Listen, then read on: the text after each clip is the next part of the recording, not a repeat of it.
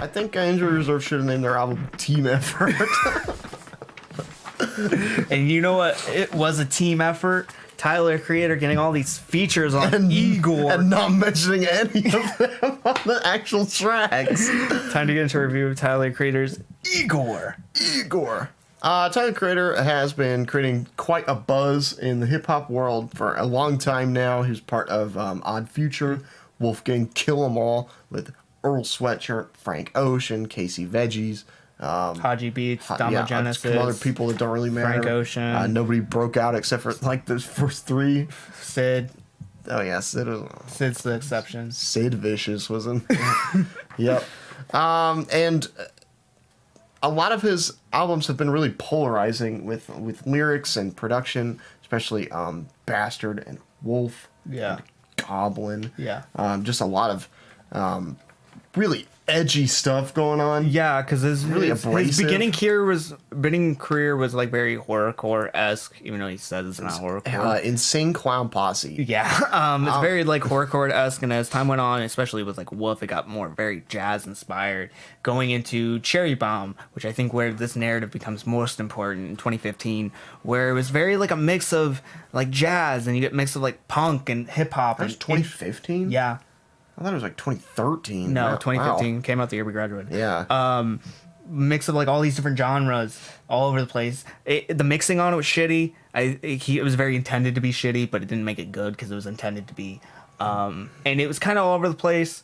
But I think he took ideas from Cherry Bomb, put them onto Flower Boy, and then was very introspective, talking about his mental health, his career, being famous, the treacheries of it, and also his sexuality on Flower Boy, which is my favorite album 2017. I just think it's lovely jazz, almost soul, hip-hop. I think it's just so luscious and beautiful, and it was an album I needed in the time I got it, the time it was released. And then we get teaser. Also, he released a EP for Grinch. Oh yeah, which I think also kind of plays into here in parts, which is weird. He released the EP for Grinch. I was listening to this and I was like, this is the same guy that did the Grinch soundtrack. I completely forgot. Like somebody who represented Dr. Seuss allowed this man to make the soundtrack for the Grinch. And that plays on here. We didn't get any singles. We just got 15-second snippets of tracks that kind of seemed all over the place. It really reminded me of Cherry Bomb, but it wasn't as polished as Flower Boy, and he told us not to expect any genres. And I kind of expect that from Tyler, but it reminded me a lot of the Flower Boy, but it seemed a lot more polished. Yeah. Like, as experimental hip-hop, or kind of like pseudo kind of industrial hip-hop, or just loud hip-hop. It seemed more polished in the sense of it just the compositions were more meaningful and not just all over the place for all over the place sake. It was experimentation done right, of the fine tuning of it. This thing has a lot of features on it. None of them are credited, which I think is good because these features range from like kind of a full verse like Little Uzi Vert or Playboi Carti, basically, or like CeeLo, he has a full verse, to just kind of background voices, or even like hard to tell if they're there, like Slow Tie. He's on one of these tracks. I don't like no idea. I can't hear the Britishness. I do not taste the tea. I think I heard "God Save the Queen" playing really faintly in the background, but I wasn't 100% sure. But just kind of going over this entire thing. This thing's listening to it the first time. I enjoyed it, and I felt like it was a polished, well-crafted album, production-wise and performance-wise. I just felt like the narrative was missing, and it wasn't until I listened to it. On the second listen, it kind of resonated with me more the sound. Third listen, which was earlier today, was more of the narrative structure of this album. That really what meant to me, because it's similar to what Tyler's done in similar projects, which is talking about girls or talking about love, not really going into detail. On this, he kind of constructs a well-crafted arc of unrequited love and acceptance of it, which is nice. Especially the end of that, the acceptance, I think, is the biggest thing. The follow-through, the aftermath is what the big part of Pharrell. With Pharrell. Pharrell's like, "Are you okay?" And Tyler's, "No." "Can we be friends?" Pharrell, No. I have too many friends. I have to go work on Despicable Me 4. Maybe maybe that's how he got the Illumination contract, because he's friends with Pharrell. No, they're not friends, remember? So this thing, I think Tyler on this is kind of more portraying an Igor character. And I don't know. On this one, I don't feel like it's really personal to him. Not saying this album isn't well spoken for. I feel like this is just more of a character than more of Tyler's actual life. I'm not so saying sure. I feel like he puts himself in the shoes of Igor. Like that's what he sees himself as. Yeah. Not so much like he's putting on a character, but like that's who he sees himself as. Is like more of an Igor kind of character, which I think is really cool. Yeah. Nobody ever talks about Igor except for that one movie that came out like multiple years ago. Remember that? Yeah. But being this kind of like, I mean, just kind of like a peon kind of assistant figure, one that's not really talked about, doesn't really speak, doesn't really do anything unless asked. I think that's like a really interesting character to put yourself in. Yeah. So starting out with EGO'S theme, which has a plethora of Little Uzi Vert, who I think everyone at first chance did not know was Little Uzi Vert from hearing No, the I snippet. definitely didn't. I swear to God, I thought it was Tyler. It's the pitching. I just assumed anything's pitched to Tyler at this point. Going on later with CeeLo Green, at first I thought that was Tyler just because of the pitching, even though it was probably more vocal, I guess, vocal control than Tyler has. But I just assumed it was That's pitching. true, yeah. Little Uzi Vert, I think, does a great job. This is probably his best performance besides I don't really care if you cry. Yeah, honestly, I really enjoyed Igor's theme. It reminds me of like it kind of reminds me of like a coming of age movie like intro sequence. I really enjoy it. All I can imagine is Tyler riding around on like a bike and just riding around town. Going into EARFQUAKE with Charlie Wilson and Playboi Carti and Jesse Wilson. Such a climactic, weird, saturated soul track. Tyler is coming out. Not coming out. He did that last album. Tyler is requiting his love and saying, "Don't go, it's my fault." Just constantly this like last effort to save a relationship. I really like it. I think the Playboi Carti voice verse, I like it. I just don't understand what it has to do. I think that's like any type of Playboi Carti's feature. It doesn't make sense. It's like Almeida with Solange. Yeah. I don't think his part made sense, but I like that it's there, and I like the charisma of it. I would like a little bit more Carti, though, because I think his verse is pretty short. But anyway, I enjoyed this track to death.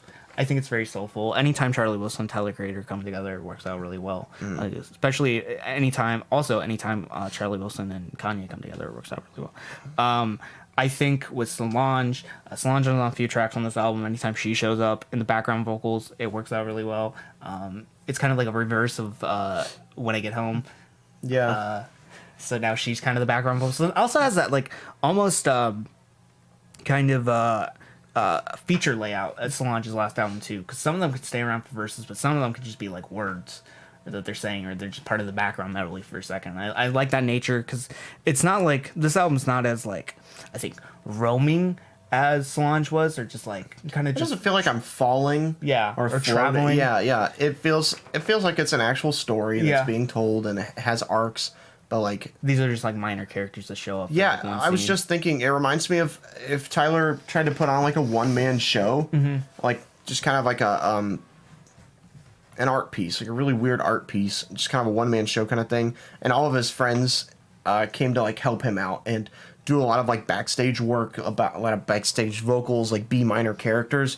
That's like what all of these features serve as. Yeah. All I can think of is like obviously the focus is on Tyler wanting to tell his story, tell this story of Igor or whoever he wants to be, but everybody else is there just to kind of like push him along and help him out. I think in running out of time, we're kind of these continuing with EARFQUAKE, are kind of these last ditch efforts to get this love, and mentioning that his love interest has a partner and he wants them dead, going to New Magic Wand where he's thinking about killing them, and mentions he has a new magic wand, which is an allusion to a gun, thinking about these violent thoughts against his love interest partner, going to A Boy Is a Gun where he thinks his love interest partner is going to kill him because it's breaking his heart, theoretically. I like how both these moments on New Magic Wand, I love the hecticness. I think Santa Goal's like very kind of higher pitched, frailer vocals really work with Tyler's, and the rush of aggression on that track really fits.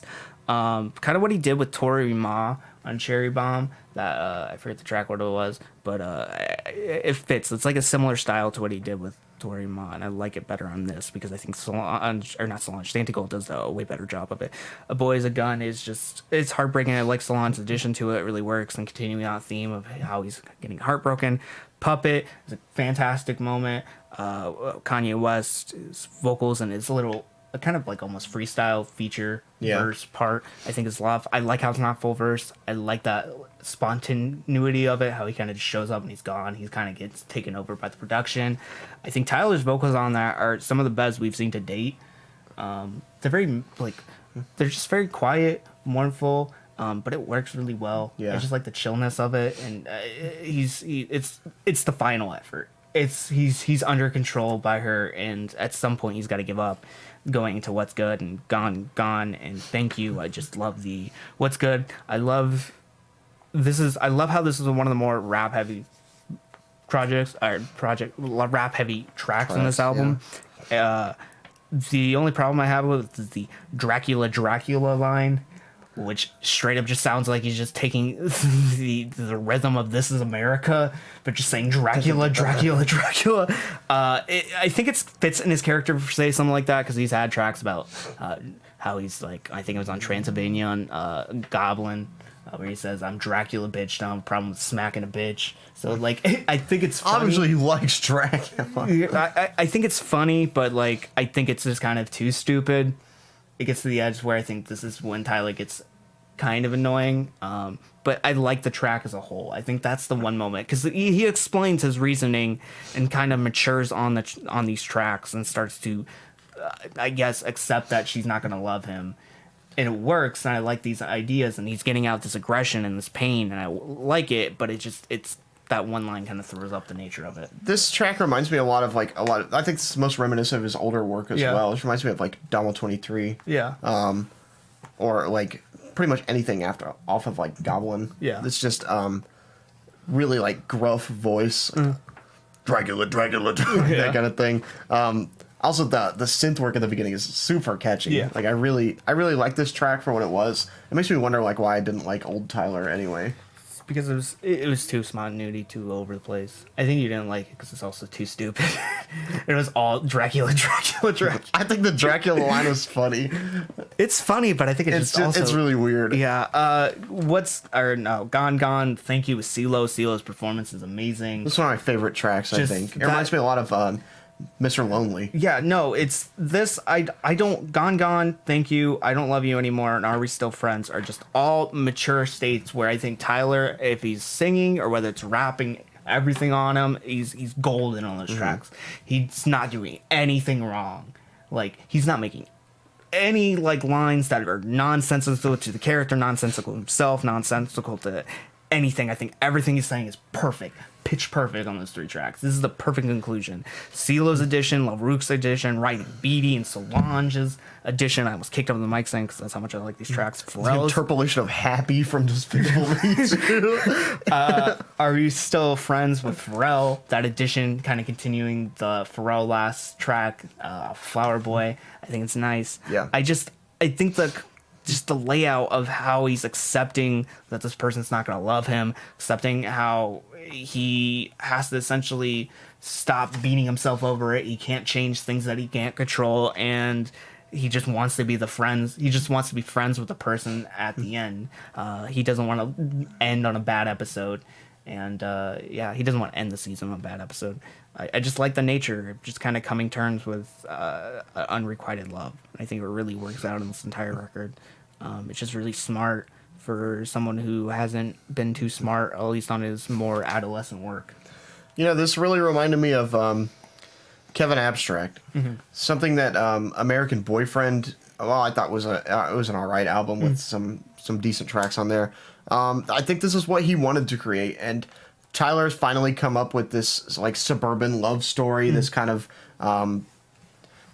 every man love story is really interesting, and it pans out way better than I ever thought that it would have. I really, really enjoyed this album. Yeah. Way more than I thought I would. Yeah, I could talk about this for days, but I think it's better if I just kind of leave it off there because I think also one thing this thing I have to mention, the vocals on "I Don't Love You Anymore" are the most infectious thing that you'll hear all year. Of the "I don't love you anymore," I think is pitch perfect with just the infectiousness that it brings and just essentially just being so basic about what it's having to say and just continuing that theme. I think is incredible, but I probably should stop talking about this because I really enjoyed this record. It took a while to grow on me. It took a couple listens, but I really found what's so great about this record. And I think this is, it's not his best for me personally, but I think he put a lot of effort and soul and it came out really good. And I'm really proud of him to continuing of this style of work and showing that he has like a legacy to be had. He isn't the odd future guy. He is an artist that can stand alone. He can produce, he can write, he can arrange, and it all comes out fantastic. I don't really have anything to say. I think this is like, I don't know. I think this is, keeping in mind that all scores are meaningless and futile at this current moment. I think this is a 9. I really enjoyed it. Give it a 9. This was a good week. Yeah, I think. Good week.